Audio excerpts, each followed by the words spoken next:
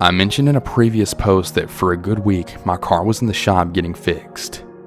This resulted in me lifting just about everywhere and having to deal with a lot of weirdos. Now, I already thought that the last Lyft driver I had was already pretty bad, but this guy takes the creepy cake. I had just finished my shift and this dude picks me up by the name of Angel. But anyways, as I get into the back seat of his car, he pulls up my Lyft photo and then zooms in on it repeatedly before he stares at me in the rearview mirror. "This is you?" He asks. Yeah. No way. How old are you? You look so cute. How old are you?" As he says this, he keeps pulling up my Lyft photo. I'm 22. "What? How old were you when you took this photo? You look like a child. You're so cute. Wow." In my head, I was just like, 2 years ago, get off my butt. But instead, I didn't really answer and just kind of brushed him off. He continues driving, all the while staring at me whenever he can. We get to a red light and he changes the radio station from Katy Perry to the Spanish channels.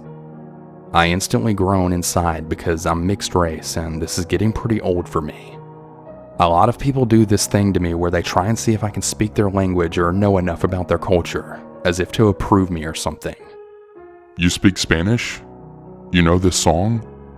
This is real Spanish music. You should give it a listen." No, I don't speak Spanish, thanks. "Do you know any Spanish artists?" No, I don't. "Well, that's okay. Even if you don't speak Spanish, you'll do good on your honeymoon." I ask what he means by that and he doesn't really give me an answer.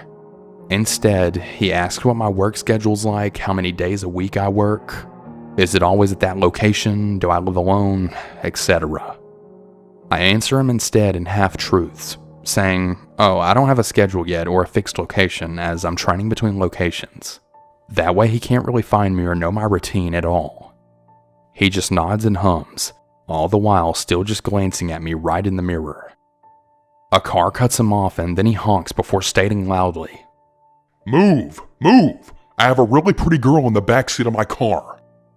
I tell him to let me out of the corner and he says no, that he'll take me to my door. Because I don't want it to be too obvious that I'm freaked out, I tell him to go up to these random townhouses which are all connected by a path and park. He lets me out at the front of some random house and I move behind it and then wait until he drives off before I zigzag around all of these pathways. I mean, hell. I almost got lost myself by walking around all these weird pathways until I finally found myself home. So yeah, Angel, let's definitely not encounter each other again.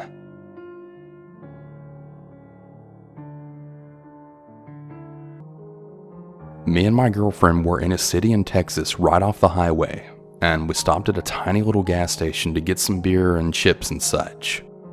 For some reason, when we pulled in, I felt the need to say, "I actually think I need to come in with you this time," which was really weird because I usually always stay in the car whenever we go places, or if I do get out, I don't ever feel the need to announce it. When we walked in, everything felt normal. We were kind of just laughing and joking around about the half-naked Modelo girl cutout had a super pixelated face.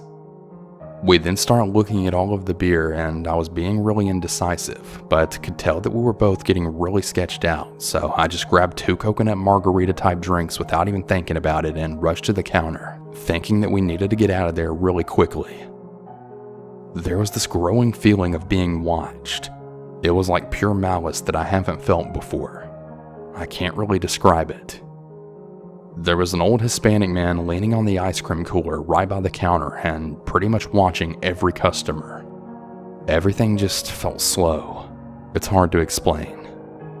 When I put my things on the counter, the man started smiling at us really wide and then started talking in a very strange manner. It was like he was trying to be charming or personable, but really just came off as really creepy.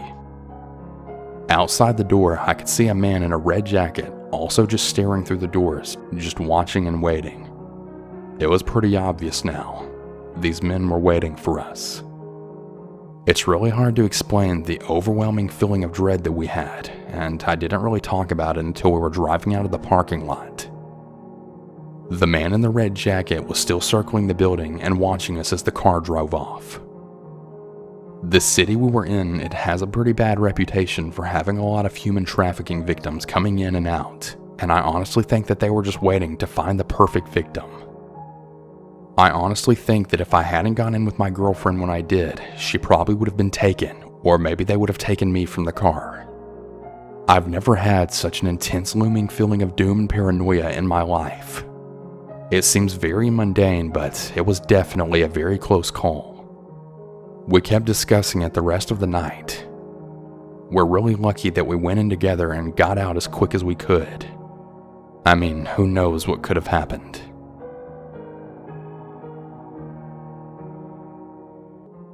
The story happened a couple of years ago after a breakup. I had a little time to myself and I just wanted to meet new people. Not necessarily to hook up, but just go on dates. Here enters JB. Seems nice enough, and we met at the nearest city.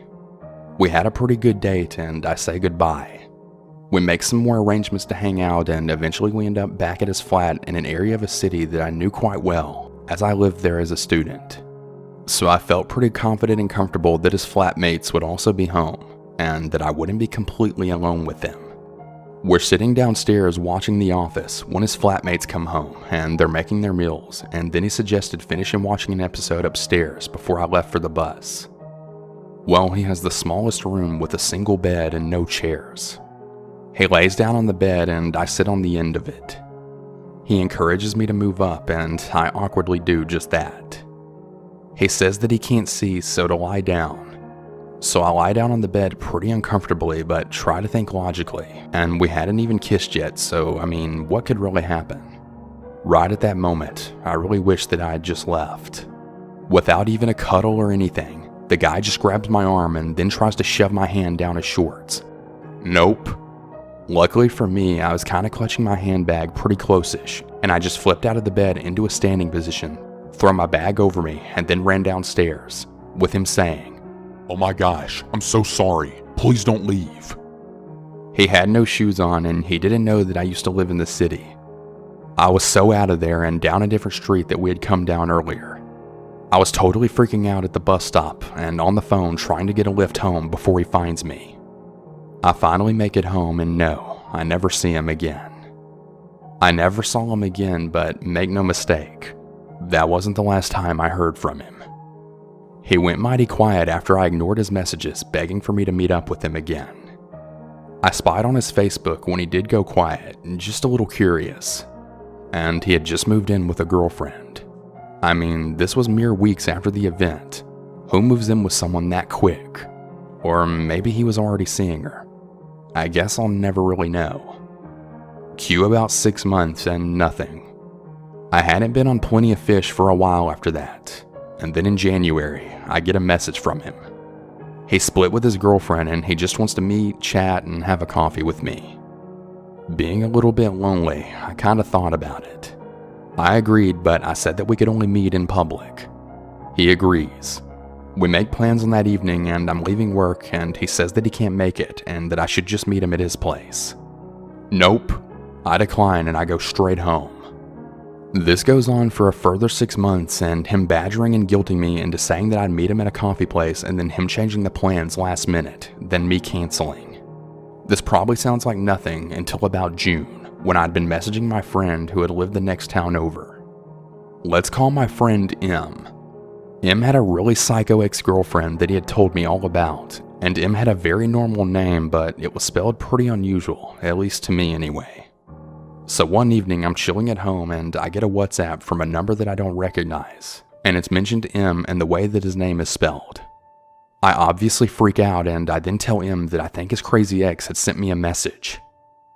Unfortunately, I've totally forgotten what the threatening message actually was, just that I was really freaked enough to ask who it was, and I then get a message back. "You know. M knows." So M freaks out and I keep getting calls from this number into the early hours and the caller kept hanging up whenever I answered. I suffered from anxiety at the time and the next morning I was a total wreck. I went to work and got another slew of random calls. Later that night, I decided to tell my cousin everything that happened and she called from her phone. Guess whose voicemail she got? Yes, JB. She leaves him a message saying to not contact me ever again or else the police will be involved. I check his Facebook a little while later, and he's apparently moving back to his home country. Hopefully I'll never meet him again. This probably wasn't the most scary or creepy encounter, but it was really playing on my mind, and it really creeped me out.